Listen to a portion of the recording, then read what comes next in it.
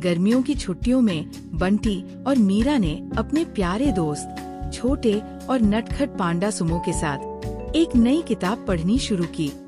किताब सिंधु घाटी सभ्यता के बारे में थी। बंटी ने चकित होकर कहा, मीरा, क्या तुमने सोचा है कि इतने समय पहले लोग कैसे रहते होंगे?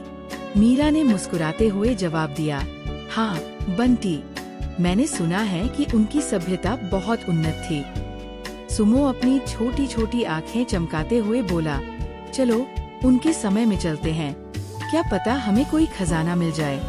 इसी बीच बंटी को अपने दादाजी की पुरानी अलमारी में एक अजीब उपकरण मिला। मीरा ने उसे देखते ही पहचान लिया, ये तो टाइम ट्रैवल डिवाइस जैसा दिखता है।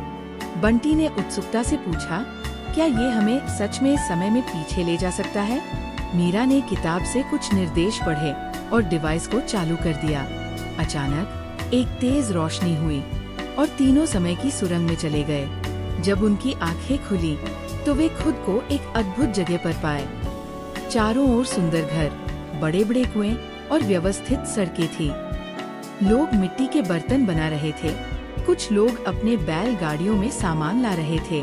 मीरा ने खुशी से कहा, हम सिंधु घाटी सभ्यता में आ गए हैं। सुमो ने उछलते हुए कहा, वाह, यहाँ तो बहुत मजा आ रहा है।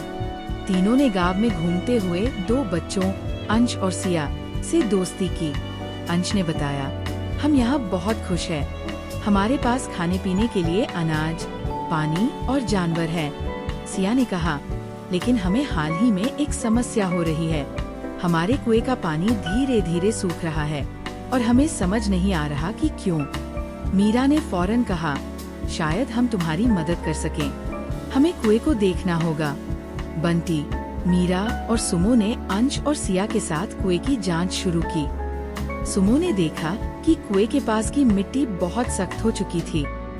मीरा ने समझाया, शायद पानी के रास्ते में कुछ रुकावट आ गई है, हमें इसे साफ करना होगा।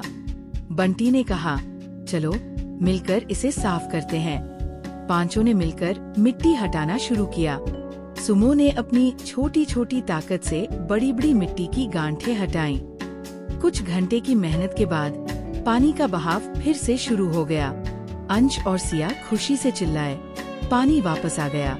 गांव के लोग भी वहां आ गए और बंटी, मीरा और सुमो का धन्यवाद करने लगे।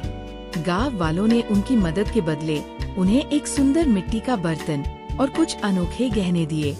अंश ने कहा, ये तुम्हारी बहादुरी और मदद का इनाम है। मीरा ने मुस्कुराते हुए जवाब दिया, हमने ये सिर्फ दोस्ती के लिए किया। सुमो ने खुशी से बर्तन को पकड़ा और कहा, अब चलो वापस चलें। मीरा ने टाइम ट्रैवल डिवाइस को फिर से चालू किया। कुछ ही पलों में वे वापस अपने समय में लौट आए। बंटी ने कहा, क्या अद्भुत अनुभव था।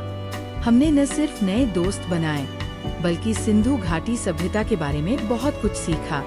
मीरा ने मुस्कुराते हुए कहा, और सबसे खास बात, हमें पता चला कि एकजुट होकर हम किसी भी समस्या का हल निकाल सकते हैं। सुमो ने उत्साहित होकर कहा, चलो अगली किताब पढ़ते हैं और नई जगह की खोज करते हैं।